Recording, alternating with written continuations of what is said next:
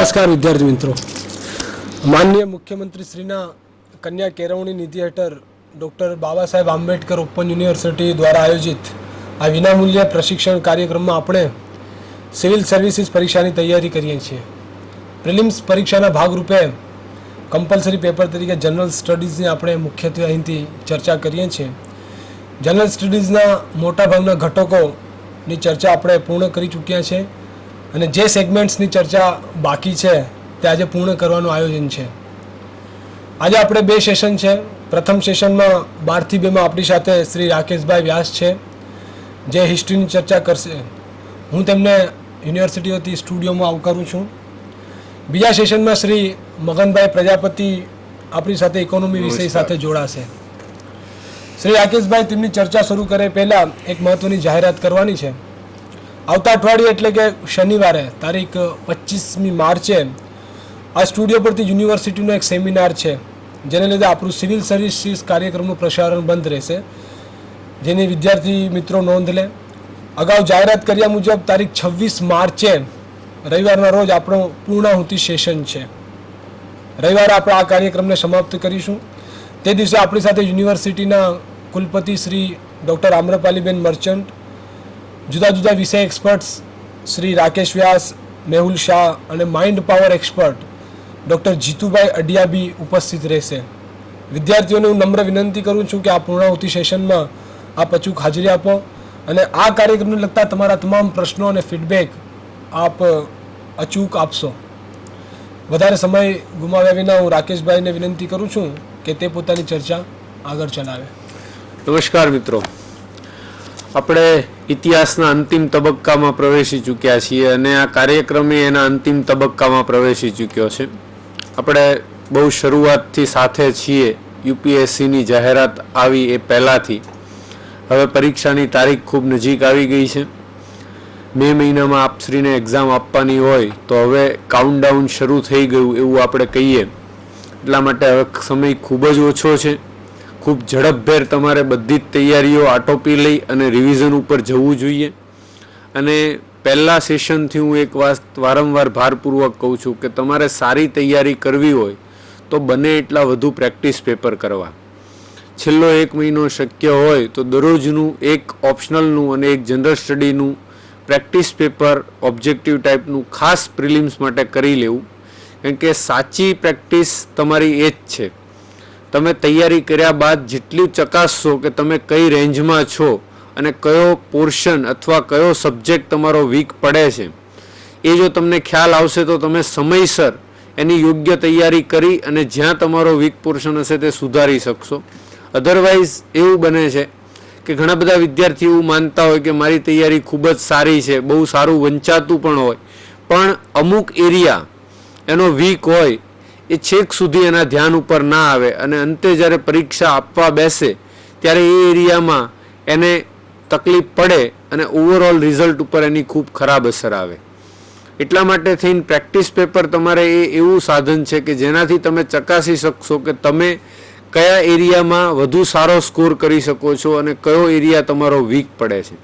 એટલે શક્ય હોય, સારી રીતે તૈયારી થઈ ચૂકી હોય તો રિવિઝન અને પ્રેક્ટિસ પેપર બંને સાથે સાથે શરૂ કરી દેવું જોઈએ. આજના સેશનમાં આપણે ઇતિહાસનું સમાપન કરીશું. મુખ્યત્વે ગાંધી યુગથી સ્વતંત્રતા સુધીની વાત મારે આજે આપને કરવાની છે. ખૂબ જ જાણીતો સમયગાળો છે. ધોરણ 5 થી 12 સુધીમાં આપણે વારંવાર આઝાદીની ચળવળ ભણી ચૂક્યા છીએ.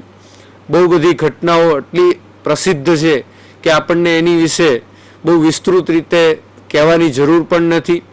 પણ છતાંય યુપીએસસીની જે ડિમાન્ડ છે એ ઉપર છેલ્લી માહિતીની ક્યારેય નથી હોતી. આપણે આ સેશનમાં વારંવાર આ વાત ચર્ચી છે કે આ પરીક્ષાની રિક્વાયરમેન્ટ સુપરફિશિયલ લેવલથી ઊંડા ઉતરવાની છે. તમે ઉપરથી ઘણું બધું જાણતા હો તો એ યુપીએસસીમાં સિલેક્ટ થવા માટે પૂરતું નથી. અહીંયા તમારે દરેક ટોપિકમાં એટલું ડેપ્થમાં જવાનું છે કે જે યુપીએસસીની રિક્વાયરમેન્ટ છે. અને એટલા માટે આપણે અહીંયા તમને કયા ટોપિકમાં કેટલું ડેપ્થમાં લઈ જાય છે એની વાત કરીએ છીએ. બધી જગ્યાએ ડેપ્થમાં જઈ શકાયું નથી, સમયની મર્યાદા. અને આ પ્રોગ્રામ આપણે કોચિંગ માટેની પણ ઓરિએન્ટેશન માટે ખાસ હતો. એટલા માટે થઈને, કારણ કે અમુક મર્યાદિત કલાકોની અંદર સમગ્ર ભારતનો ઇતિહાસ ભણાવવો એ લગભગ અશક્ય કાર્ય છે. છતાં મારાથી મેં બને એટલો પ્રમાણિક પ્રયત્ન કરી અને આપ સૌને જેટલું શક્ય હોય એટલું મદદરૂપ થવા પ્રયત્ન કર્યો છે. ગાંધી યુગની આપણે લાસ્ટ ટાઈમ વાત કરતા હતા. આપણે કોંગ્રેસની સ્થાપનાથી લઈ અને ગાંધી યુગ સુધીની વાત કરી ગયા. કોંગ્રેસનો પહેલો યુગ હતો એ મવાળવાદનો યુગ હતો, મોડરેટર પીરિયડ. એના પછી એક્સ્ટ્રીમિસ્ટ યુગ આવ્યો, ગરમપંથી કે જહાલપંથીઓનો, લાલ બાલ અને પાલની આપણે વાત કરી. આપણે ભારતમાં ક્રાંતિકારી આંદોલનની વાત પણ કરી ગયા છીએ, એટલે એની આપણે વધુ વિસ્તૃત ચર્ચા નહીં કરીએ. ગાંધીજીનું ભારત આગમનથી આપણે આગળ વધીએ છીએ, એટલે લગભગ 1915ના ગાળા સુધીની આપણે ઇતિહાસની ચર્ચા કરી ચૂક્યા છીએ. આજે 1915થી 1947ના ગાળામાં જે ઘટનાઓ બને છે એની આપણે અહીંયા થોડી વાત કરીએ. તો 1915માં ગાંધીજી ભારત પધારે છે, કાયમ માટે દક્ષિણ આફ્રિકાનો ત્યાગ કરીને. એ પહેલાં દક્ષિણ આફ્રિકામાં એમણે જે આંદોલનો ચલાવ્યા હતા, રંગભેદની નીતિ વિરુદ્ધ, લગ્ન નોંધણી વિરુદ્ધ, એ આંદોલનોને વિશ્વ સ્તરે એટલી સારી પ્રસિદ્ધિ મળી હતી કે જ્યારે ગાંધીજી ભારત આવ્યા ત્યારે ભારતના લોકોમાં એમની પ્રત્યે ઘણી બધી અપેક્ષાઓ જાગૃત થઈ ચૂકી હતી. ભારતના ઘણા બધા નેતાઓ ગાંધીજી ભારતમાં કંઈક નવું કાર્ય કરશે, આઝાદીની ચળવળમાં કંઈક નવો પ્રવાહ કંડારશે એવી આશા રાખતા હતા, અને એ વસ્તુ ભવિષ્યમાં સાચી પણ સાબિત થઈ. પણ 1915માં જ્યારે ગાંધીજી આવ્યા એ વર્ષ ઘણી બધી રીતે મહત્વનું હતું. ત્યારે અંગ્રેજોએ ભારતને પોતાના તરફથી પ્રથમ વિશ્વયુદ્ધમાં જોડી દીધું હતું. એટલે ત્યારે વિશ્વયુદ્ધ ચાલુ હતું 1914થી 1918ના સમયગાળામાં. વિશ્વયુદ્ધ ચાલુ હતું એટલે ભારતની અંદર બહુ મોટા આંદોલનની પણ કોઈ ગતિવિધિ આ સમયગાળામાં જોવા નહોતી મળતી. ગરમપંથી અને નરમપંથી વચ્ચે જે ફાંટા પડેલા હતા, ફૂટ હતી, એના કારણે પણ કોંગ્રેસ સુષુપ્ત અવસ્થા જેવી અવસ્થામાં હતી.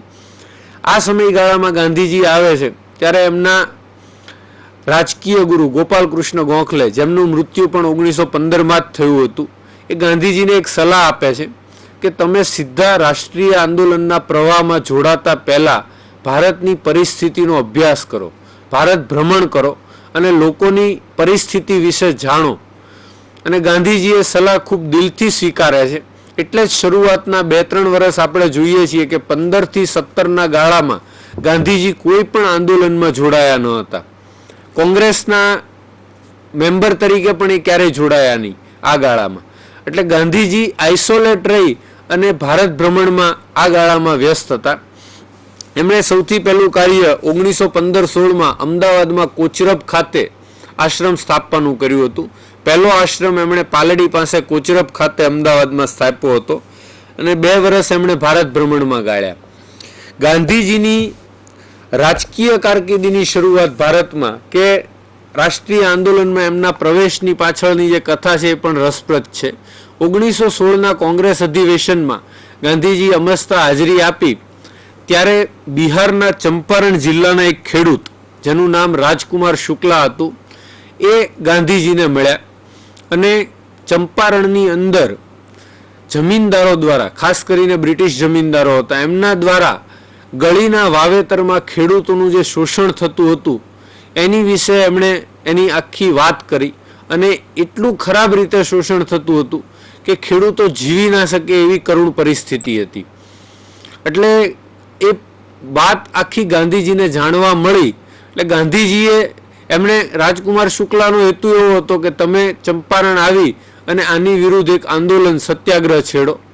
ગાંધીજીએ એને તાત્કાલિક તો કોઈ ખાતરી ના આપી કે હું આંદોલન કરીશ કે હું ત્યાં આ રીતના પગલાં લઈશ, પણ એમણે એવું ચોક્કસ આશ્વાસન આપ્યું, હું એકવાર ત્યાં મુલાકાત લઉં અને હું પરિસ્થિતિનો તાગ મેળવું અને પછી યોગ્ય લાગે તો આપણે અંગ્રેજ સરકારને એની રજૂઆત કરશું.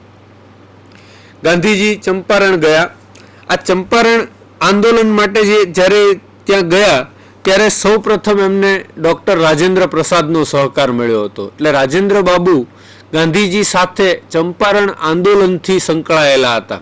સૌથી પહેલું આંદોલન ગાંધીજીએ ભારતમાં જે કર્યું ખેડૂતો માટે, ચંપારણ સત્યાગ્રહ, ત્યારથી રાજેન્દ્ર પ્રસાદ એમની સાથે જોડાઈ ગયા હતા.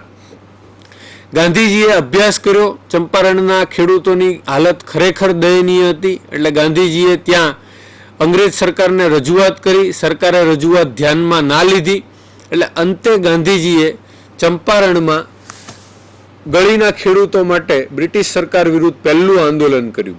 1917માં ભારતમાં ગાંધીજી દ્વારા કરાયેલ પહેલું આંદોલન ચંપારણ સત્યાગ્રહ હતો. આ ખાસ યાદ રાખજો. પ્રશ્નની રીતે પણ આ પ્રશ્ન મહત્વનો છે. ભારતમાં ગાંધીજીએ કરેલું પહેલું આંદોલન કે સત્યાગ્રહ એ ચંપારણ સત્યાગ્રહ. ગાંધીજીના આ સત્યાગ્રહને ઘણી સફળતા મળી. બ્રિટિશ સરકારને નમતું જોખવું પડ્યું અને અંતે એ પ્રશ્ને ખેડૂતોને રાહત આપવામાં આવી. એટલે આ રીતે ચંપારણ સત્યાગ્રહથી ગાંધીજીનો રાષ્ટ્રીય આંદોલનમાં પ્રવેશ થયો. પણ ચંપારણ સત્યાગ્રહ એ રાષ્ટ્રીય કક્ષાનું આંદોલન ન હતું. એ એક સ્થાનિક ખેડૂતોના પ્રશ્નને લગતું આંદોલન હતું અને એ સ્થાનિક પ્રશ્ન સાથે જ સંકળાયેલું હતું. એમાં રાષ્ટ્રીય આંદોલનની કોઈ વાત ન હતી. એટલે ગાંધીજીનો રાષ્ટ્રીય આંદોલનમાં પ્રવેશ હજી બાકી કહેવાય. પણ ભારતના રાજકીય પ્રવાહમાં એમણે પહેલું આંદોલન ચંપારણ સત્યાગ્રહ કર્યું હતું. ચંપારણ સત્યાગ્રહમાં એમની સાથે રાજેન્દ્ર પ્રસાદ અને આચાર્ય કૃપલાની બંને સારી રીતે જોડાયેલા હતા. આ બંને એમના સહયોગી હતા. આ આંદોલન મુખ્ય બે ભૂમિકાઓ પૂરતું મર્યાદિત હતું. એક તો ખેડૂતોની ફરિયાદની જાહેર તપાસ કરવી અને બીજું ચંપારણના ખેડૂતોની સમસ્યાને રાષ્ટ્રીય સ્તરે પ્રસિદ્ધિ આપવી. આ આંદોલન દ્વારા 3 કાઠિયા પદ્ધતિ નાબૂદ કરવાનો ગાંધીજીએ પ્રયત્ન કર્યો હતો. આ એક શબ્દ ખાસ તમે યાદ રાખજો. આપણે જે વારંવાર કહીએ છીએ કે અમુક ટિપિકલ વર્ડ્સ યુપીએસસી પકડે છે અને એને આધારિત પ્રશ્નો પૂછે છે. 3 કાઠિયા પદ્ધતિ, આ પશ્ચિમ બંગાળ અને બિહાર સાઈડ આ પદ્ધતિ ખૂબ જ પ્રચલિત હતી.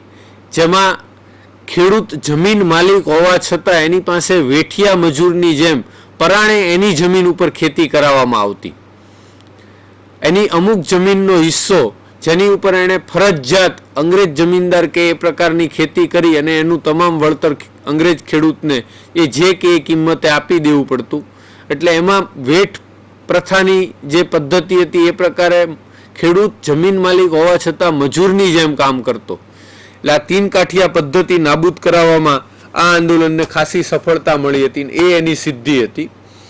એ આંદોલન પછી ગાંધીજીએ ભારતમાં જે બીજું આંદોલન કર્યું એ ખેડા સત્યાગ્રહ. ખેડા સત્યાગ્રહ અને અમદાવાદ મિલ મજૂર હડતાલ આ બે આંદોલનો ગાંધીજીના લગભગ એક સમાન ગાળામાં ચાલેલા આંદોલન હતા. 1918માં ખેડાની અંદર એક ખેડૂત આંદોલન જ ફરીથી ગાંધીજી દ્વારા કરાયું હતું. પણ એની સમસ્યા ચંપારણ કરતા થોડીક અલગ હતી. આ આંદોલનમાં મુખ્યત્વે જે વાત હતી એ દુષ્કાળની અંદર ખેડૂતોને લગાનમાં મહેસૂલમાં રાહત આપવાની વાત હતી.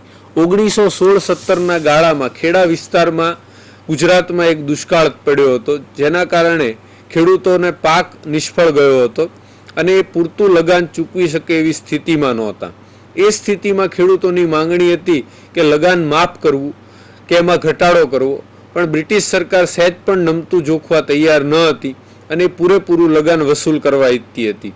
એવા સમયે ગાંધીજીએ આ આંદોલનને સપોર્ટ કરી અને અંગ્રેજ સરકાર વિરુદ્ધ લડત છેડી હતી. આ આંદોલનમાં સ્થાનિક અમુક નેતાઓએ પણ મહત્વનો ભાગ ભજવ્યો હતો. એમાં ગુજરાતના એક મોહનલાલ પંડ્યાનું નામ ખૂબ જાણીતું છે. મોહનલાલ પંડ્યાને ડુંગળી ચોરનું બિરુદ આપવામાં આવ્યું હતું. જીપીએસસીની દ્રષ્ટિએ આ પ્રશ્ન ઇમ્પોર્ટન્ટ છે અને ભૂતકાળમાં ઘણીવાર પૂછાયેલો પણ છે જીપીએસસીમાં. મોહનલાલ પંડ્યાને ડુંગળી ચોરનું બિરુદ આપવામાં આવ્યું હતું. આ આંદોલનમાં બ્રિટિશ સરકારે સહેજ પણ નમતું નહીં જોખી અને ખેડૂતોની માલ મિલકત જપ્ત કરવાની કાર્યવાહી શરૂ કરી દીધી હતી અને એના કારણે આ આંદોલન ખૂબ જ પ્રસિદ્ધિ પામ્યું હતું અને અંતે સમાધાનકારી વલણ અપનાવીને બ્રિટિશ સરકારે સાવ નમતું તો નહોતું જોખ્યું, પણ છતાંય વચગાળાનો રસ્તો કાઢી અને આ આંદોલનનો અંતે નિવેડો લવાયો હતો. આ આંદોલન ખેડાના 550થી વધુ ગામોમાં ફેલાયું હતું અને 70 જેટલા ગામોમાં એની ખૂબ વધારે પડતી અસર હતી. એટલે આ આંદોલનને અંતે 1918માં સમેટી લેવાયું. મેં કીધું એ રીતે કે એમાં સંપૂર્ણ સફળતા ગાંધીજીને નહોતી મળી, પણ છતાંય એ આંદોલનનું ઇતિહાસમાં એક વિશેષ મહત્વ ચોક્કસપણે છે. એ જ રીતે અમદાવાદ મિલ મજૂર હડતાલની વાત કરીએ જે ગાંધીજી દ્વારા કરાઈ હતી, એ અંગ્રેજ સરકાર વિરુદ્ધ કરાયેલું આંદોલન નહોતું. અમદાવાદ મિલ મજૂર હડતાલ મુખ્યત્વે મિલ માલિકો અને મિલ મજૂરોના પ્રશ્ને કરાયેલું આંદોલન હતું. મિલ માલિકો દ્વારા મિલ મજૂરોનું જે શોષણ કરવામાં આવતું હતું અથવા એને જે બોનસ ચૂકવવાનું થતું હતું એ મિલ માલિકો ચૂકવવા નહોતા ઈચ્છતા, એ મુદ્દા ઉપર ગાંધીજીએ આ આંદોલન મિલ માલિકો વિરુદ્ધ છેડ્યું હતું. આ આંદોલનની ખાસિયત એ હતી કે ગાંધીજીએ પહેલીવાર આ આંદોલનમાં ભૂખ હડતાલનો પ્રયોગ કર્યો હતો. સત્યાગ્રહમાં કે રાષ્ટ્રીય આંદોલનમાં પહેલી વાર ભૂખ હડતાલને શસ્ત્ર તરીકે ગાંધીજીએ વાપર્યું હોય તો એ આ આંદોલનમાં વાપર્યું હતું. અને એનું મુખ્ય કારણ એ હતું કે લાંબા ગાળા સુધી આંદોલન ચાલ્યું ત્યારે મજૂરોની નૈતિક હિંમત તૂટવા લાગી હતી અને કોઈ આવક વગર ઘર ચલાવવું મિલ મજૂર માટે એક બહુ ખૂબ કઠિન કાર્ય હતું. એવા સમયે ગાંધીજીએ એમ કીધું હતું કે હું પણ તમારી સાથે ભૂખ્યો રહું, ભૂખ હડતાલ કરું અને તમને નૈતિક રીતે જરાય તૂટવા નહીં દઉં. એવા હેતુસર એમણે ભૂખ હડતાલ આ આંદોલનમાં કરી હતી. એટલે એ એનું એક જમા પાસું હતું. આ આંદોલનની બીજી એક ખાસિયત એ હતી કે એમાં ગાંધીજીને ખૂબ સારી સફળતા મળી હતી અને અંતે એમણે સમાધાન કરી અને 35% જેટલો એમને મજૂર વળતરમાં લાભ અપાયો હતો, 35%નો વધારો અપાયો હતો. આ આંદોલનમાં અનસુયાબેન સારાભાઈ ગાંધીજી સાથે ખૂબ સારી રીતે સંકળાયેલા હતા. પોતે મિલ માલિકની પુત્રી હોવા છતાં અનસુયાબેને ગાંધીજીનો સાથ આપ્યો હતો મિલ મજૂરોના પ્રશ્નો ઉપર. અને આ આંદોલન પછી મજૂર મહાજન સંઘની અમદાવાદમાં સ્થાપના કરવામાં આવી હતી. એટલા માટે પણ આ આંદોલન મહત્વનું છે. ગુજરાતની રીતે આ બધા જ પ્રશ્નો ખૂબ જ અગત્યના છે, યાદ રાખજો. યુપીએસસીની રીતે તો છે જ, પણ જીપીએસસીમાં પણ જ્યારે ગુજરાતનો ઇતિહાસ કે ગુજરાતની ઘટનાઓની આપણે વાત કરીએ ત્યારે આ બધી બાબતો, આ બધી માહિતીનું મહત્વ ઘણું વધી જાય છે. કારણ કે ભૂતકાળમાં વારંવાર જીપીએસસી દ્વારા પણ આ બધા જ પ્રશ્નો પૂછાયેલા છે, આ બધી જ માહિતી પૂછવામાં આવી છે. બરોબર. આ સમયગાળાની બીજી જે 2-3 મહત્વની ઘટના આપણે કહીએ તો 1917માં મોન્ટેગ્યુ દ્વારા, ત્યારનો જે ગવર્નર જનરલ હતો, એણે ભારતની અંદર ઓગસ્ટ ઓફર નામની એક ઓફર આપી હતી, જેમાં 1919માં જે સુધારો આવ્યો એ સુધારા દ્વારા થોડું વધારે બંધારણીય રીતે હકો આપવાની વાત કરવામાં આવી હતી.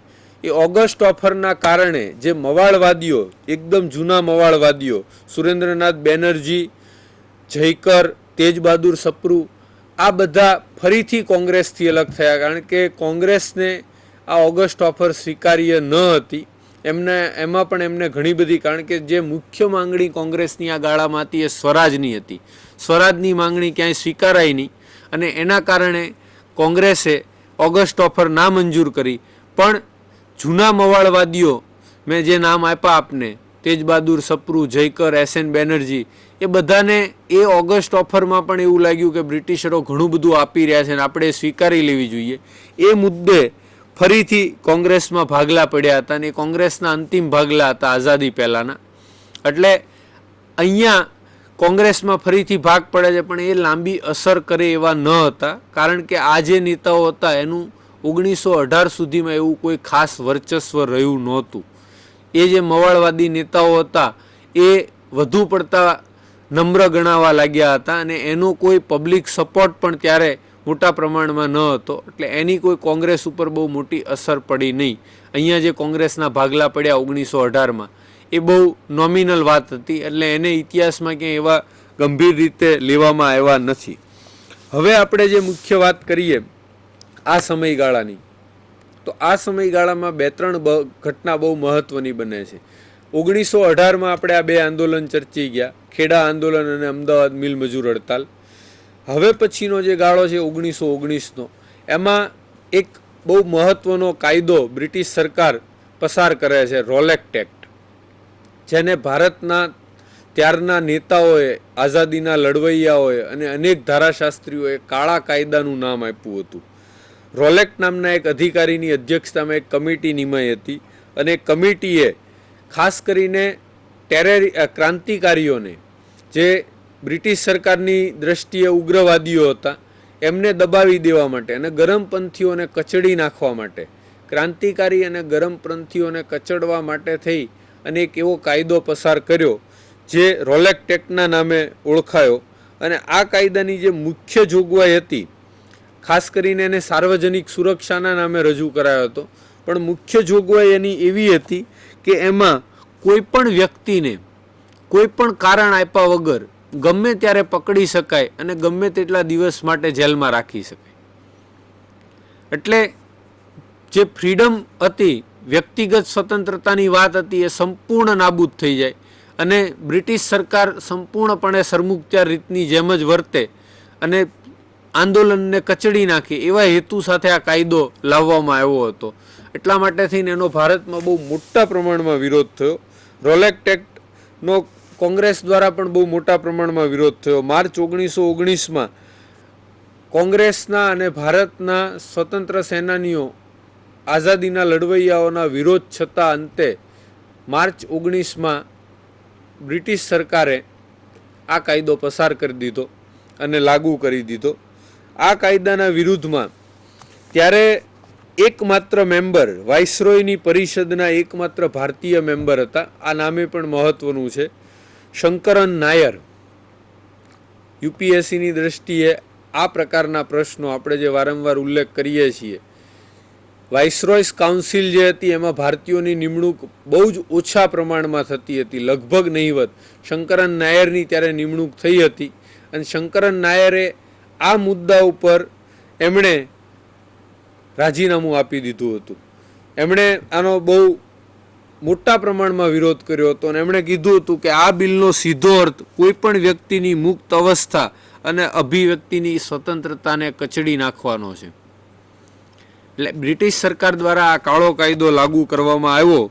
એ કાળા કાયદાની વિરુદ્ધમાં લગભગ તમામ લોકોએ, ઇવન ગાંધીજીએ આ કાયદા માટે એવું કીધું હતું. ત્યારે ગાંધીજી મોટા પ્રમાણમાં બ્રિટિશ વિરોધી નહોતા.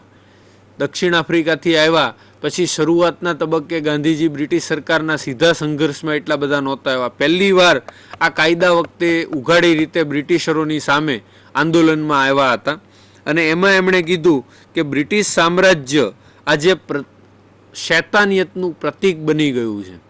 આ ગાંધીજીનું કોટેશન હતું. આ કાયદા દ્વારા બ્રિટિશ સરકાર, બ્રિટિશ સામ્રાજ્ય શૈતાનિયતનું પ્રતીક બની ગયું છે. કોટેશન પણ આપણા માટે ઇમ્પોર્ટન્ટ છે યુપીએસસીમાં, કારણ કે કોટેશન બેઝ ક્વેશ્ચન પણ ઘણી બધી વાર પૂછવામાં આવે છે. ઘણા બધા જે કોટ છે, ઘણી બધી ઘટનાઓ માટે, સારી સારી ઇવેન્ટ માટે સરદાર પટેલે, જવાહરલાલ નહેરુએ, મહાત્મા ગાંધીએ, ઘણા બધા લોકોએ એની વિશે કંઈક ને કંઈક કહ્યું હોય અને એ કીધેલી બાબતો પણ આપણને પરીક્ષામાં પૂછી શકાય. એટલે આ કોટેશન પણ એ રીતે ઘણું મહત્વનું ગણાય. આ કાયદાના વિરુદ્ધમાં ફેબ્રુઆરી 1919માં ગાંધીજીએ સત્યાગ્રહ લીગની સ્થાપના કરી હતી. સત્યાગ્રહ આંદોલન એમણે પહેલીવાર રાષ્ટ્રીય સ્તરનું રોલેક્ટ એક્ટની વિરુદ્ધમાં શરૂ કર્યું. 30મી માર્ચ 1919ના દિવસે એમણે રાષ્ટ્રીય હડતાલનું એલાન કર્યું. પહેલીવાર ગાંધીજીએ રાષ્ટ્રીય હડતાલનું એલાન આ કાયદાના વિરોધ માટે કર્યું હતું અને દિલ્હીમાં આ દિવસે હડતાલ પડી હતી. જ્યારે ભારતના અન્ય પ્રાંતમાં 6 એપ્રિલ 1919ના દિવસે રાષ્ટ્રવ્યાપી હડતાલ પડી હતી અને એને અભૂતપૂર્વ સફળતા મળી હતી. ગાંધીજીએ જે સત્યાગ્રહ આંદોલન આ કાયદાની વિરુદ્ધમાં છેડ્યું એને ઘણો સારો સપોર્ટ અને ઘણો સારો સહકાર આખા ભારતમાંથી લોકો દ્વારા મળ્યો હતો. પણ આ કાયદાના વિરોધ કરતી વખતે એક એવી મોટી ઘટના બની જે ઘટના ટર્નિંગ પોઈન્ટ સાબિત થઈ. ભારતના ઇતિહાસમાં બ્રિટિશરો દ્વારા ઉમેરાયેલું એક કાળું પ્રકરણ એ આ સમયગાળામાં બન્યું, જલિયાવાલા બાગ હત્યાકાંડ. રોલેક્ટ એક્ટના વિરોધમાં પંજાબની અંદર કોંગ્રેસના 2 મુખ્ય નેતાઓ બ્રિટિશરો સામે લડત આપતા હતા. એમાં એક હતા ડૉક્ટર સૈફુદ્દીન કિચલુ અને બીજા હતા સત્યપાલ. આ બંને નેતાઓની આ રોલેક્ટ એક્ટના વિરુદ્ધમાં જે આંદોલન ચાલતું હતું એ સંદર્ભમાં બ્રિટિશરોએ ધરપકડ કરી લીધી. ડૉક્ટર સૈફુદ્દીન કિચલુ અને સત્યપાલ એ બંનેની ધરપકડના વિરોધમાં અમૃતસરની અંદર 13 એપ્રિલ 1919ના રોજ એક સભાનું આયોજન કરવામાં આવ્યું જલિયાવાલા બાગ નામના સ્થળે. જલિયાવાલા બાગ નામના સ્થળે 13 એપ્રિલ 1919ના રોજ આ બંને સ્થાનિક નેતાઓ, અમૃતસરના બે મુખ્ય નેતાઓ હતા કોંગ્રેસના અને જે આ આંદોલનના આગળ પડતા આગેવાનો હતા, એમની ધરપકડના વિરુદ્ધમાં એક લોકસભાનું આયોજન કરવામાં આવ્યું હતું. સંપૂર્ણ શાંતિપૂર્ણ રીતે સભાનું આયોજન હતું. ક્યાંય કોઈ હિંસક ગતિવિધિનું કોઈ નામો નિશાન ન હતું. આ આંદોલનના સંદર્ભમાં આ સભા જે મળી, એ સભાની જે સ્થળ હતું જલિયાવાલા બાગ, એ સ્થળ એવી રીતે આવેલું છે કે એની ચારે બાજુ ઊંચી ઊંચી દિવાલો, કોટ અને મકાનો હતા. એની અંદર દાખલ થવાનો એકમાત્ર રસ્તો હતો અને બહુ મોટું ગ્રાઉન્ડ હતું. એ સમયે અમૃતસરની અંદર જે અધિકારી હતો જનરલ ડાયરે આ સભાના સ્થળે જઈ, સભા ચાલુ થઈ ચૂકી હતી, અંદર હજારોની સંખ્યામાં પુરુષો, સ્ત્રીઓ અને બાળકો હતા જે શાંતિપૂર્ણ રીતે આનો વિરોધ કરી રહ્યા હતા. રોલેક્ટ એક્ટનો અને ડૉક્ટર સૈફુદ્દીન કિચલુ અને સત્યપાલના ધરપકડનો. એવા સમયે કોઈ પણ કારણ વગર, કોઈ પણ ઉશ્કેરણી વગર ડાયરે લોકો ઉપર આડેધડ ફાયર કરવાનો હુકમ કર્યો અને એમાં અનેક લોકો માર્યા ગયા. આ જે પ્રકરણ હતું એ ભારતીય ઇતિહાસનું કાળું પ્રકરણ ગણાય છે અને આ ઘટનાએ તમામ લોકોને હલાવી દીધા. જેને બ્રિટિશ સરકારમાં થોડી ઘણી પણ આસ્થા હતી અથવા બ્રિટિશરો થોડું ઘણું પણ ભારત માટે સારું કરે છે એવું જે લોકો માનતા હતા, એ લોકો પણ આ ઘટનાથી બ્રિટિશરોના સખત વિરોધી થઈ ગયા. કારણ કે આ ઘટના એ બ્રિટિશ ઇતિહાસમાં મોટા પાયે બ્રિટિશરો દ્વારા જે નરસંહાર કરાયો એક જ સ્થળે, એનું આ સૌથી મોટામાં મોટું ઉદાહરણ હતું. અને એના બહુ મોટા પ્રત્યાઘાતો પડ્યા. ઘણા બધા પ્રત્યાઘાતો, આપણે જેમ વાત કરીએ એમ શંકરન નાયરે આ જ સમયગાળામાં રોલેક્ટ એક્ટ અને આ મુદ્દે પરિષદમાંથી રાજીનામું આપી દીધું. રવિન્દ્રનાથ ટાગોરને જે નાઇટનો પુરસ્કાર બ્રિટિશ સરકારે આપ્યો હતો, એ પુરસ્કાર રવિન્દ્રનાથ ટાગોરે પાછો આપી દીધો. અને આ ઘટનાની વિરોધમાં સમગ્ર ભારતમાં મોટું જન આંદોલન શરૂ થઈ ગયું. એને કચડી નાખવા માટે બ્રિટિશ સરકારે ભરપૂર બળ પ્રયોગ કર્યો. પંજાબમાં ને અમૃતસરમાં તો માર્શલ લો લાદી દેવામાં આવ્યો. લશ્કરી કાયદો આપણે જેને કહીએ કે કોઈ પણ વ્યક્તિ ઘરની બહાર ના નીકળી શકે, હરીફરી ના શકે. એટલી ખરાબ રીતે 2 મહિના સુધી બ્રિટિશરોએ લોકો ઉપર અત્યાચાર ગુજારી અને આ આંદોલનને, આ જલિયાવાલા બાગના વિરોધને પણ કચડી નાખ્યો. એની તપાસની ભરપૂર માંગણીઓ કરવામાં આવી વારંવાર લોકો દ્વારા, અને કોંગ્રેસ દ્વારા પણ જન આંદોલન કરીને એની માંગણી કરાઈ કે ભાઈ આની તપાસ થવી જોઈએ. એટલે એના માટે બ્રિટિશ સરકારે હન્ટર કમિશન નામનું એક કમિશન બેસાડ્યું અને એઝ યુઝ્યુઅલ બ્રિટિશ સરકાર દ્વારા નિમાયેલું કમિશન બ્રિટિશ અધિકારી દ્વારા કરાયેલા કૃત્યની તપાસ કરે તો એનું પરિણામ બહુ સ્વાભાવિક હતું. હન્ટર કમિશને જનરલ ડાયરને નિર્દોષ ઠેરવ્યા અને અંતે એની વાત આખી સમેટી લીધી. પણ આ ઘટના એક શીખ યુવાનના મનમાં જીવતી રહી, ઉધમસિંહ. અને એ શીખ યુવાને આ ઘટનાનો બદલો 1940માં બ્રિટનમાં, લંડનમાં જઈ અને જનરલ ડાયરની હત્યા કરીને લીધો. 1940માં ઉધમસિંહે એક જાહેર સમારંભમાં જનરલ ડાયરની ગોળી મારી અને હત્યા કરી અને જલિયાવાલા બાગની ઘટનાનો બદલો લીધો. ભારતીય ક્રાંતિકારીઓ ક્યાં સુધી પહોંચી અને પોતાની જે ભારત માતા પ્રત્યેની લાગણી, ભારત માતા ઉપર અત્યાચાર ગુજારનારને જવાબ આપવાની જે એની હિંમત હતી, એનું આ જીવતું જાગતું ઉદાહરણ જનરલ ઉધમસિંહને આપણે ગણી શકીએ. જલિયાવાલા બાગ હત્યાકાંડના સમયગાળાની અંદર મેં કીધું એવી રીતે કે ઘણી બધી ગતિવિધિ ભારતમાં શરૂ થઈ ગઈ, લોક આંદોલનો શરૂ થઈ ગયા, લોકોમાં બહુ મોટા પ્રમાણમાં રોષ ફેલાણો, આક્રોશ ફેલાણો. આ જ સમયગાળામાં બીજી એક મહત્વની ઘટના બની, જે ઘટનાએ મુસ્લિમોને પણ, ગાંધીજીએ આ ઘટનાને એવું કીધું હતું કે 100 વર્ષમાં પણ ના મળે એવી હિન્દુ મુસ્લિમ એકતાની આ તક ઉપલબ્ધ થઈ છે. ખિલાફત આંદોલન પ્રથમ વિશ્વયુદ્ધની સમાપ્તિ વખતે અંગ્રેજોએ એવું પ્રોમિસ કર્યું હતું પ્રથમ વિશ્વયુદ્ધની શરૂઆતમાં કે અમે તુર્કીના ખલીફાના પદને કોઈ હાનિ નહીં પહોંચાડીએ, એનું અપમાન નહીં કરીએ અને તુર્કીને એ રીતે કોઈ ખરાબ ટ્રીટમેન્ટ નહીં આપવામાં આવે. પણ જેવું પ્રથમ વિશ્વયુદ્ધ પૂરું થયું એટલે ખલીફાને પ્રદભસ્ત કરવામાં આવ્યા અને બ્રિટિશરોએ તુર્કી ઉપર કબજો કર્યો. પ્રથમ વિશ્વયુદ્ધના પરિણામ સ્વરૂપ તુર્કીની હાર થઈ એટલે. અને એના વિરોધમાં ખલીફાનું જે પદ હતું એ મુસ્લિમ સમાજમાં ખૂબ જ આદરણીય અને ખૂબ જ ઉચ્ચ પદ ગણવામાં આવતું હતું અને એનું અપમાન કોઈ પણ મુસ્લિમ ના સાખી શકે.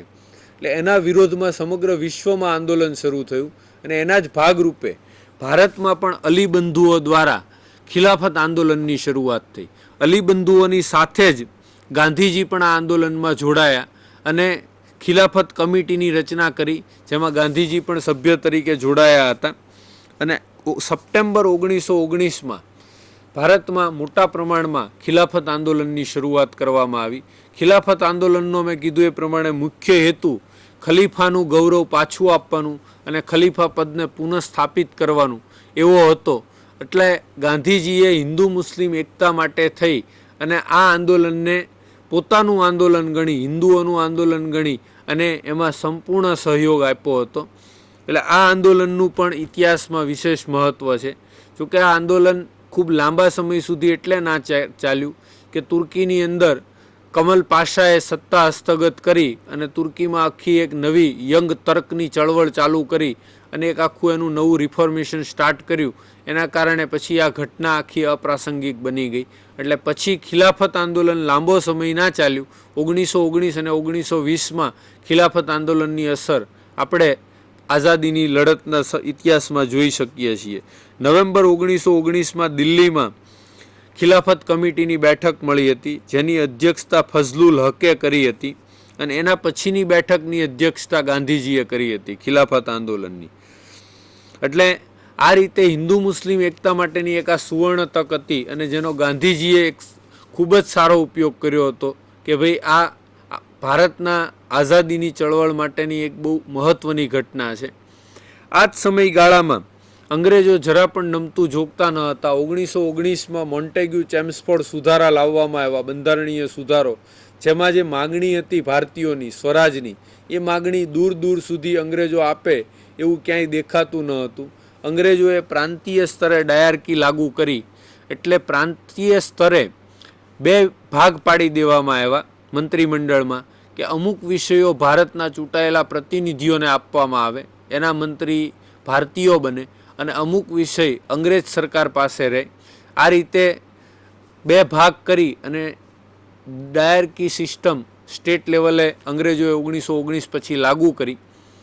પણ એ સિસ્ટમનો પણ કોંગ્રેસને સ્વીકાર કર્યો નહીં. કોંગ્રેસ 1919ના સુધારા સ્વીકારવાના મૂડમાં જરા પણ નહોતી. સ્વરાજથી ઓછું એને કંઈ ખપતું ન હતું. એટલે અંતે 1920માં ગાંધીજીના નેતૃત્વમાં કોંગ્રેસે એક મોટું આંદોલન કરવાનું નક્કી કર્યું અને 1920માં ગાંધીજી દ્વારા અને કોંગ્રેસ દ્વારા ભારતમાં એક મોટું જન આંદોલન શરૂ કરાયું, જે અસહકારના આંદોલન, નોન કોઓપરેશન મૂવમેન્ટના નામે જાણીતું બન્યું. ભારતીય ઇતિહાસની 2 કે 3 મહત્ત્વની ઘટનાઓ કે મહત્ત્વના આંદોલનો જો આપણે ગણવાના હોય તો એમાં અસહકાર આંદોલનને આપણે ચોક્કસપણે ખૂબ જ આગળ મૂકવું પડે. ગાંધીજી દ્વારા કરાયેલા મહત્ત્વના આંદોલનોમાં 3 આંદોલન અતિ મહત્ત્વના છે. એમાં સૌથી પહેલું અસહકાર આંદોલન આપણે મૂકીએ છીએ.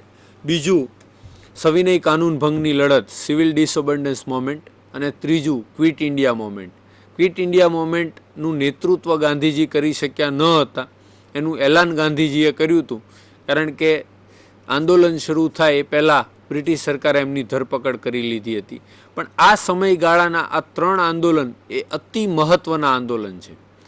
ખૂબ લાંબા સમય સુધી ચાલ્યા હોય, મોટા પ્રમાણમાં લોકભાગીદારી, લોકો એમાં જોડાયા હોય અને લોકો રોડ ઉપર આવીને બ્રિટિશરોનો ખુલ્લેઆમ વિરોધ કરતા હોય, એવા આ 3 આંદોલન ભારતીય સ્વતંત્રતા સંગ્રામમાં અતિ મહત્ત્વનું સ્થાન ધરાવે છે. તમારે પરીક્ષાની દ્રષ્ટિએ આ 3 આંદોલનની નાની નાની ઘણી બધી વિગતો કરવી પડશે.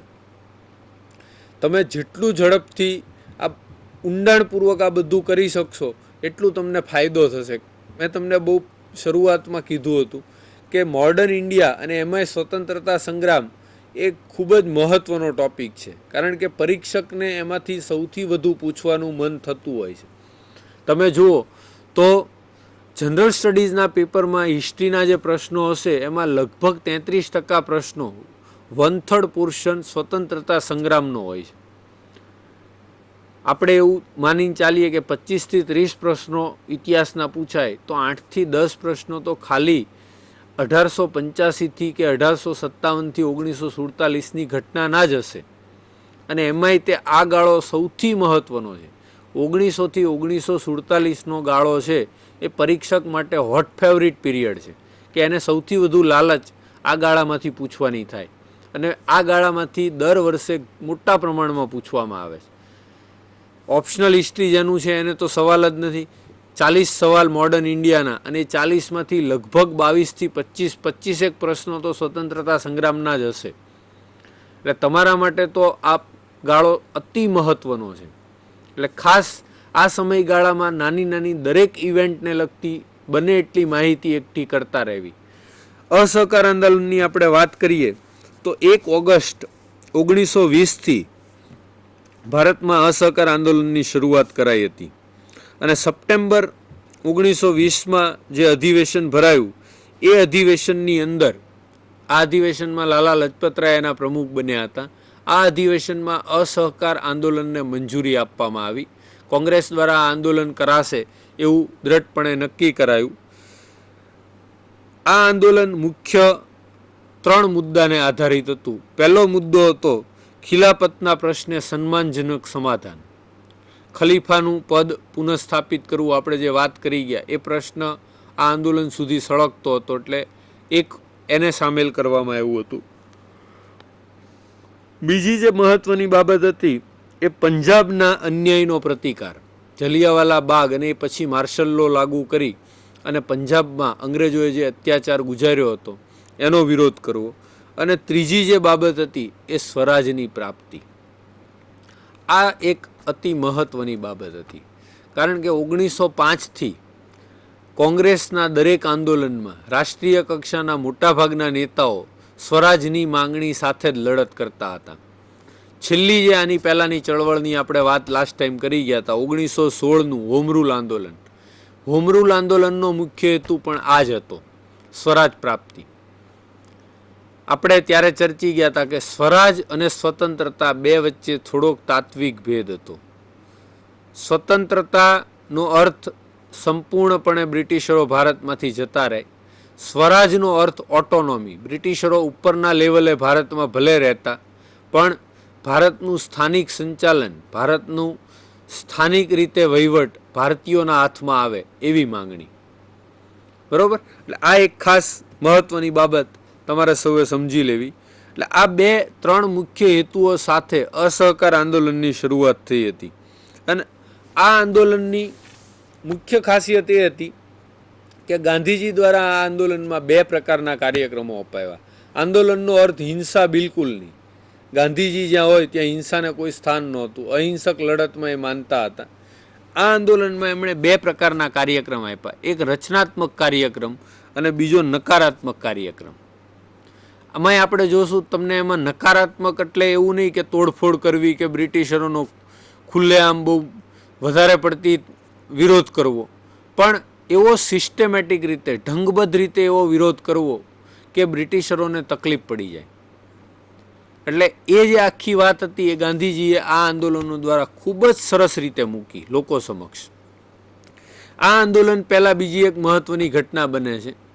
1 ઓગસ્ટે બાલ ગંગાધર તિલકનું નિધન થાય છે. ગાંધીજીનું જે ભારતીય રાજકારણમાં, ભારતીય રાજકીય પ્રવાહમાં, સ્વતંત્રતા આંદોલનમાં, કોંગ્રેસમાં આગમન જે થોડુંક સરળ થઈ ગયું એનું મુખ્ય કારણ એ હતું કે ગાંધીજી પહેલાં કોંગ્રેસના જે મુખ્ય નેતાઓ કહી શકાય એમાં લાલ, બાલ અને પાલ હતા. એમાં બાલ ગંગાધર તિલક 1917 પછી પોતાના એક અંગત કેસમાં લંડનની આવજા કરતા રહેતા હતા. બ્રિટન જવા આવવાનું વારંવાર થતું. એમાં રાષ્ટ્રીય આંદોલનમાં કોઈ મોટું આંદોલન છેડી ના શક્યા હોમ રૂલ પછી, એટલે થોડા પ્રમાણમાં નિષ્ક્રિય થયા. અને એ જ ગાળામાં એમની તબિયત બગડતા અંતે 1920માં એમનું નિધન થયું. લાલા લજપતરાય સક્રિય હતા, પણ લાલા લજપતરાયની જે ગરમપંથી વિચારસરણી હતી એના બદલે મહાત્મા ગાંધીની વિચારસરણી એકદમ અલગ પ્રકારની હતી. રેઝિસ્ટન્સ, વિરોધ બહુ મોટા પ્રમાણમાં કરવામાં એ માનતા હતા, પણ ક્યાંય હિંસાને બિલકુલ સ્થાન ન હતું. લાલા લજપતરાય ઘણા બધા ક્રાંતિકારીઓના પ્રેરણા સ્ત્રોત હતા, આદર્શ હતા. ચંદ્રશેખર આઝાદ, ભગતસિંહ, રાજગુરુ, સુખદેવ, આ બધાના આદર્શ લાલા લજપતરાય હતા. લાલા લજપતરાયની ડીએવી કોલેજમાં આમાંના ઘણા બધા ભણેલા હતા. ભગતસિંહ પોતે ડીએવી કોલેજ લાહોરમાં ભણેલા હતા. એટલે એમની વિચારસરણી કરતાં ગાંધીજી થોડા અલગ પડતા હતા. એટલે ગાંધીજી માટે કોંગ્રેસમાં કે રાષ્ટ્રીય આંદોલનમાં સ્થાન ખાલી હતું એમ કહીએ તો ચાલે. અને એ સ્થાન એમણે લીધા પછી ક્યારેય પાછું વળીને જોયું નહીં. ગાંધીજીની સૌથી મોટી જે સિદ્ધિ હતી એ રાષ્ટ્રીય આંદોલનને જન આંદોલન કે લોક આંદોલન બનાવવાની હતી. ગાંધીજી આવ્યા એ પહેલાં લોકો સામેલ થતા હતા, પણ મર્યાદિત સંખ્યામાં, મર્યાદિત વર્ગ. કોઈ દરેક વ્યક્તિને એમ થાય કે આ મારું આંદોલન છે ને મારે મારા દેશને આઝાદ કરવો છે, એ જે ભાવના પેદા કરવાની હતી દરેકે દરેક વ્યક્તિમાં, એ ભાવના ગાંધીજી પેદા કરી શક્યા.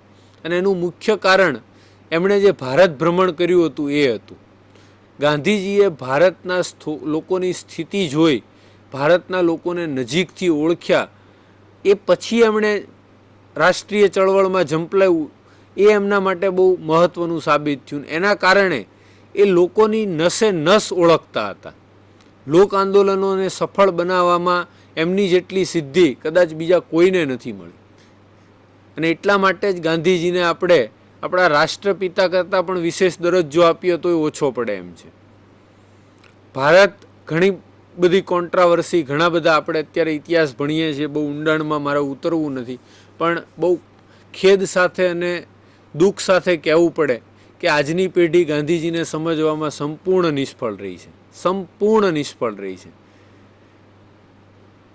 એવી લોકો એવી મૂર્ખા જેવી વાતો કરતા હોય, ભારતના ભાગલા ગાંધીજીએ પડાવ્યા, ગાંધીજી જ બધા સમસ્યાઓની જડ છે, ગાંધીજી જ આમ છે, ગાંધીજી જ તેમ છે.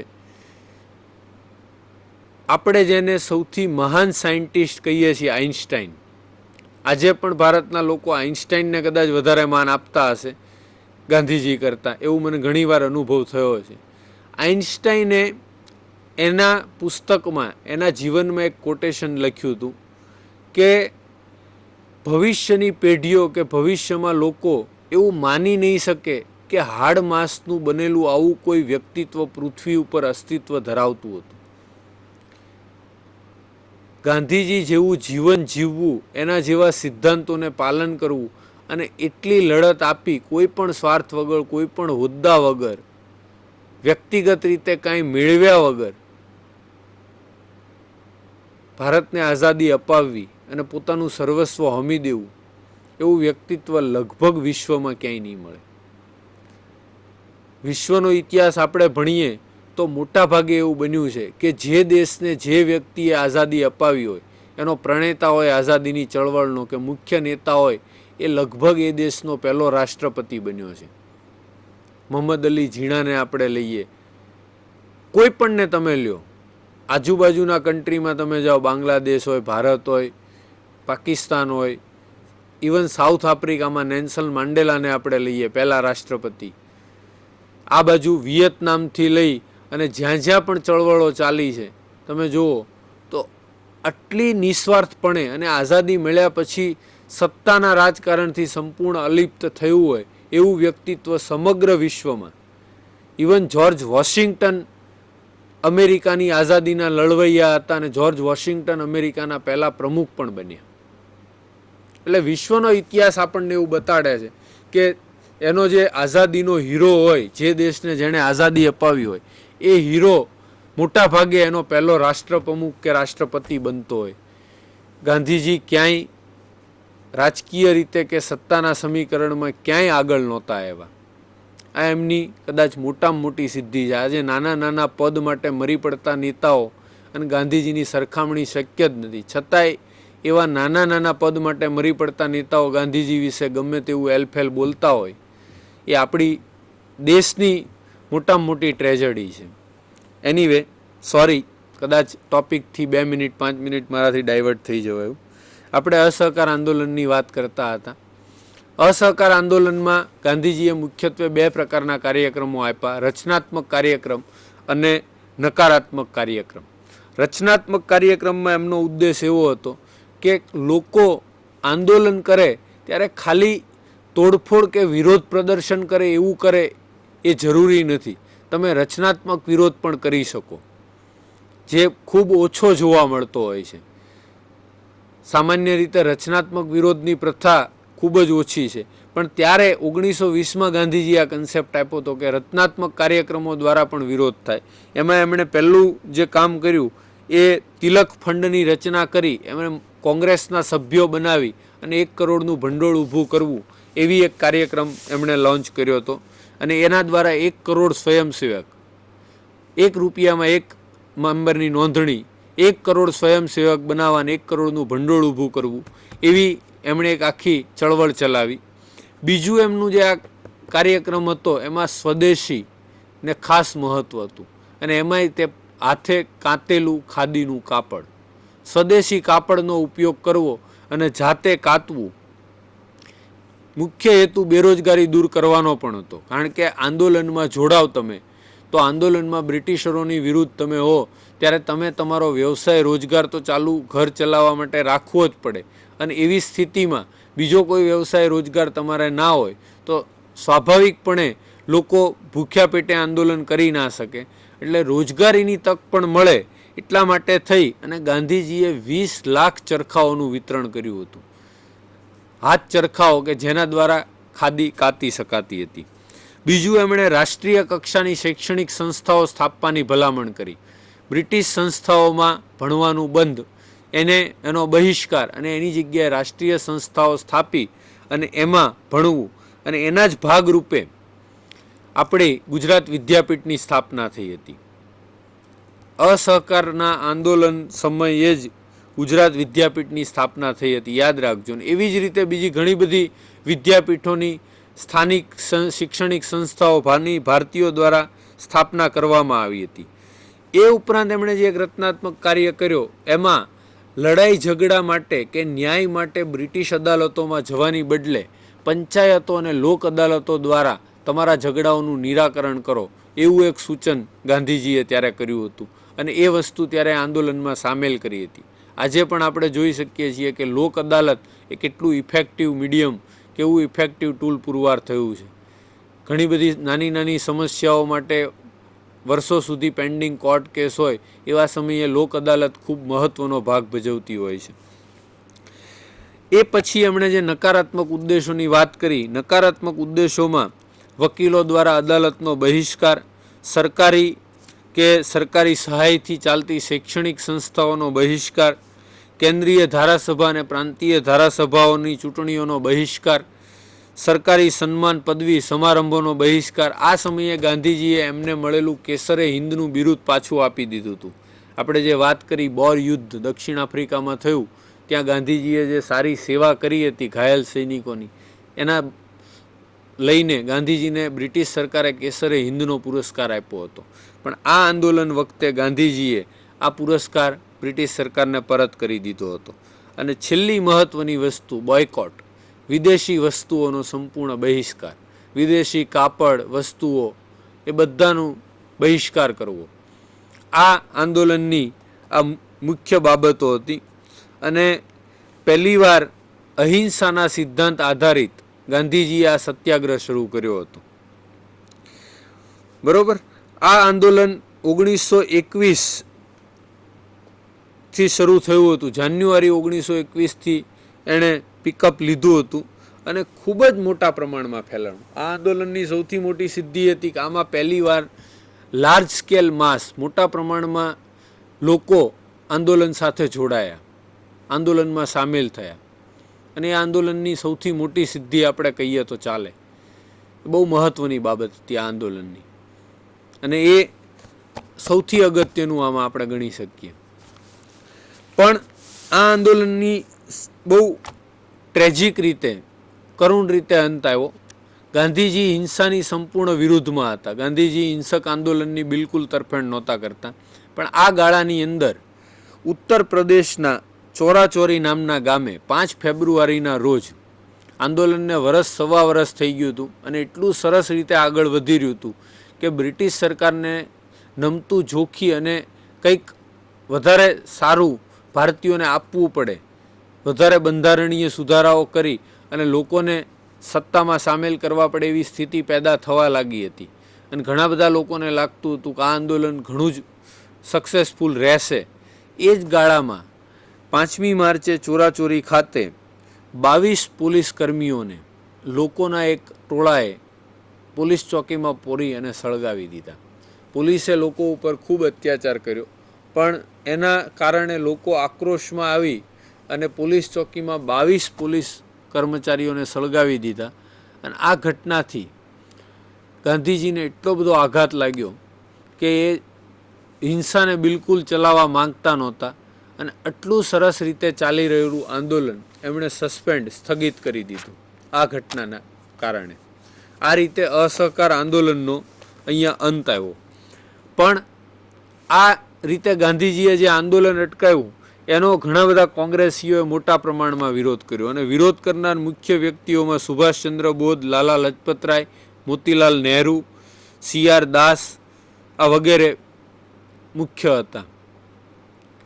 એ લોકોનું માનવું એવું હતું કે આ મુદ્દા ઉપર આંદોલન અટકાવવાનો આ સમય નથી, આંદોલન ચાલુ રહેવું જોઈએ.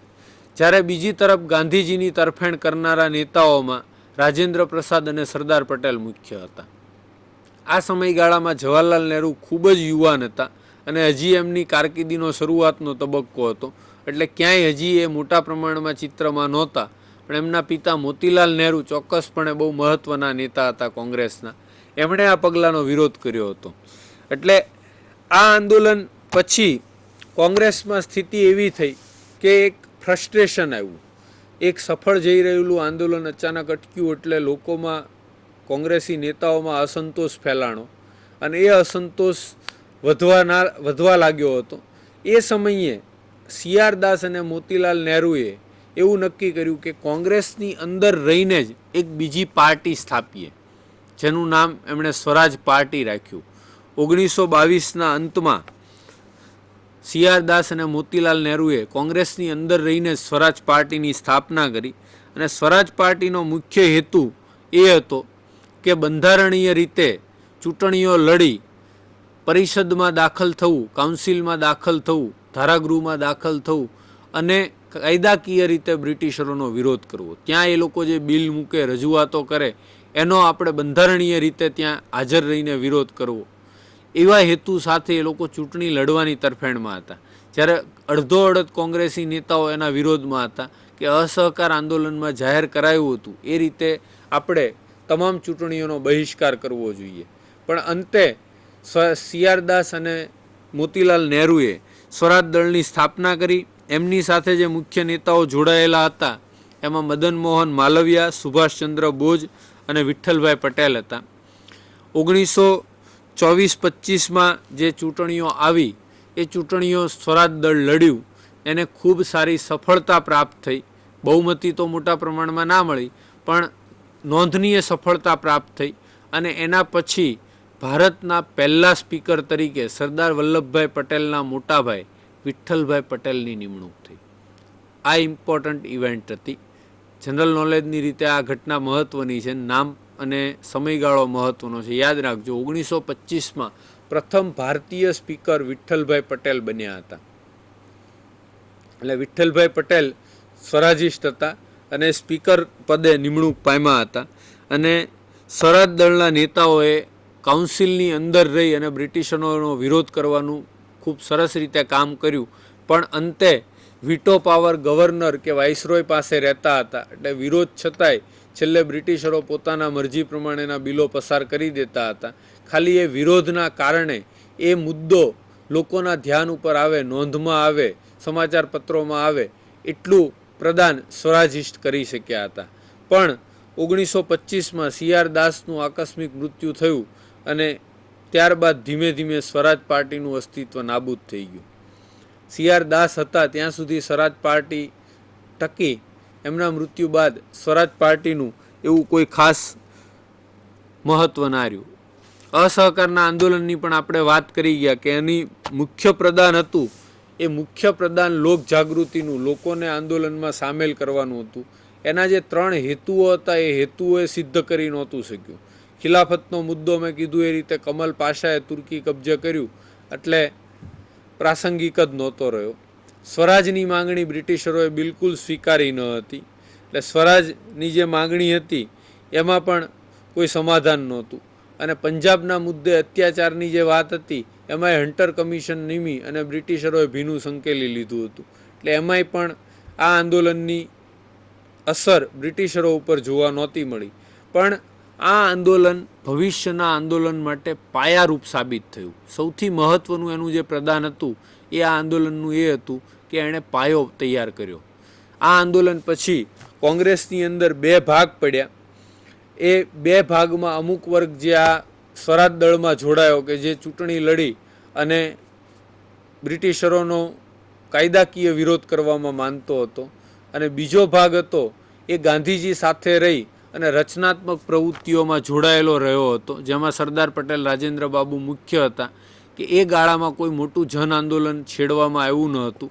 એટલે આમ આપણે જોઈએ તો સાયમન કમિશનના આગમન સુધી 1923માં સ્વરાજ દળની વાત કરી અને 1922માં અસહકાર આંદોલન પૂરું થયું ત્યારથી લઈ અને 27 સુધીનો ગાળો એ થોડો સુષુપ્ત અવસ્થાનો ગાળો હતો. આ ગાળામાં કોઈ બહુ મોટું રાષ્ટ્રીય આંદોલન આપણને જોવા નહોતું મળ્યું.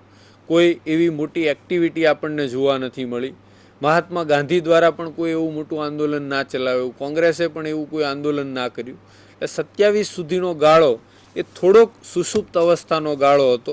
આ ગાળાની અંદર સરદાર પટેલ દ્વારા 2 મહત્વના સત્યાગ્રહો કરાયા. જ્યારે સરદારની વાત આવે ત્યારે એમના 3-4 આંદોલનો તમારે ખાસ કરી લેવા. ખેડા સત્યાગ્રહથી એ જોડાયા. પછી સૌથી મહત્વના જે 3 આંદોલન એમના છે એમાં એક બોરસદ સત્યાગ્રહ 1923નું, જેમાં ખેડા જિલ્લાના બોરસદ ગામે ધાડપાડુઓનો ત્રાસ હતો. એની વિરુદ્ધ પોલીસ નિમણૂક કરવા કે પોલીસ ફાળવવા માટે અંગ્રેજોએ લોકો ઉપર કર નાખ્યો હતો. આ કરનો લોકો દ્વારા મોટા પ્રમાણમાં વિરોધ કરવામાં આવ્યો હતો, જે બોરસદ સત્યાગ્રહના નામે જાણીતો છે. અને એનું નેતૃત્વ સરદાર વલ્લભભાઈ પટેલે કર્યું હતું. અંતે પોલીસ કર લોકો ઉપરથી નાબૂદ કરવો પડ્યો હતો બ્રિટિશરોને. એટલે આ 1923ની ઘટના છે. 1924ની અંદર સરદાર પટેલે બીજું એક મહત્વનું આંદોલન કર્યું હતું, નાગપુર ઝંડા સત્યાગ્રહ. નાગપુર ઝંડા સત્યાગ્રહના આંદોલનનું મુખ્ય હેતુ એવો હતો કે બ્રિટિશ સરકાર કોંગ્રેસનો જે તિરંગો ઝંડો હતો વચ્ચે રેટિયાના પ્રતીકવાળો, અત્યારે આપણે અશોક ચક્ર રાખીએ છીએ, કોંગ્રેસના ઝંડામાં રેટિયાનું પ્રતીક હતું, એ તિરંગો ઝંડો બ્રિટિશરો ફરકાવવાની મંજૂરી નહોતા આપતા નાગપુર કોંગ્રેસ કાર્યાલયની સામે. એટલે સરદાર પટેલ અનેક કાર્યકરોને લઈ અને નાગપુર ગયા હતા અને ત્યાં એમણે આંદોલન ચલાવી અને આ રીતે ઝંડો ફરકાવ્યો હતો. એમની સાથે ગુજરાતમાંથી ઘણા મોટા પ્રમાણમાં કાર્યકરો નાગપુર ગયા હતા. અને ત્રીજું સરદારનું જે મહત્વનું આંદોલન આપણે ગણીએ, બારડોલી સત્યાગ્રહ. બારડોલી સત્યાગ્રહે વલ્લભભાઈ પટેલને સરદારનું બિરુદ અપાયું. યાદ રાખજો, બારડોલીની સ્ત્રીઓએ એમને સરદારનું બિરુદ આપ્યું હતું. એ પછી એ સરદાર પટેલ તરીકે જાણીતા બન્યા. એ પહેલાં વલ્લભભાઈ પટેલ તરીકે જ જાણીતા હતા. એટલે સરદારનું બિરુદ એમને બારડોલી સત્યાગ્રહથી મળ્યું. 1927-28માં બ્રિટિશ સરકારે 100થી વધુ ગામોના મહેસૂલ દરોનું પુનઃમૂલ્યાંકન કરીને એમાં બહુ મોટા પ્રમાણમાં વધારો કરી દીધો. એ સમયગાળાની અંદર ખેતીની સ્થિતિ બહુ સારી ન હતી અને એવું કોઈ રીઝન નહોતું ખેડૂતો મહેસૂલ વધારે ચૂકવી શકે. પણ છતાંય બ્રિટિશરોએ અત્યાચારી રીતે મહેસૂલમાં વધારો ઝીકી દીધો અને એ ચૂકવવા ખેડૂતો સક્ષમ ન હતા. એટલે સ્થાનિક કક્ષાના 2 નેતાઓ કુંવરજીભાઈ અને કલ્યાણજી મહેતા, આ બંનેને આગેવાની લઈ અને એમણે આંદોલન શરૂ કર્યું. અને પછી એમણે સરદાર પટેલને આમંત્રણ આપી અને આ આંદોલનનું નેતૃત્વ સોંપ્યું. આ આંદોલન માટે સરદાર સાઉથ ગુજરાતના ગામડે ગામડે ફર્યા હતા અને લોકોને જાગૃત કરી અને મોટા પ્રમાણમાં એમણે આ આંદોલન ચલાવ્યું હતું. લોકોને મહેસૂલ નહીં ભરવાની, જૂના ભાવે કે નવા ભાવે મહેસૂલ જ ના ભરવું એવી રીતે તૈયાર કરી અને આખું બ્રિટિશરોના મહેસૂલનો જ વિરોધ કરવો એવી એમણે એક માનસિક કેળવણી લોકોને આપી અને આખું આંદોલન ચલાવ્યું હતું. અને અંતે આ આંદોલનના કારણે બ્રિટિશરોને સમાધાનકારી વલણ અપનાવવું પડ્યું હતું અને બારડોલી સત્યાગ્રહને સફળતા મળી હતી. આ સત્યાગ્રહે સરદાર પટેલને સરદારનું બિરુદ અપાયું. આ 3 આંદોલનો સરદારના જીવનના અતિ મહત્વના આંદોલન છે. એટલે સરદારની જ્યારે પણ વાત આવે ત્યારે તમારે ખાસ આ બધી બાબતો ચોક્કસપણે સરસ રીતે જોઈ જવી. આપણે આપણું સેશન ચાલુ રાખીએ છીએ, પણ વચ્ચે 5 જ મિનિટનો હું વિરામ લઉં છું. 5 જ મિનિટમાં આપણે પાછા મળીએ છીએ. 1927 સાયમન કમિશનથી 47 સુધીની ઘટનાઓની આપણે બાકીના કલાકમાં વાત કરીશું. આભાર.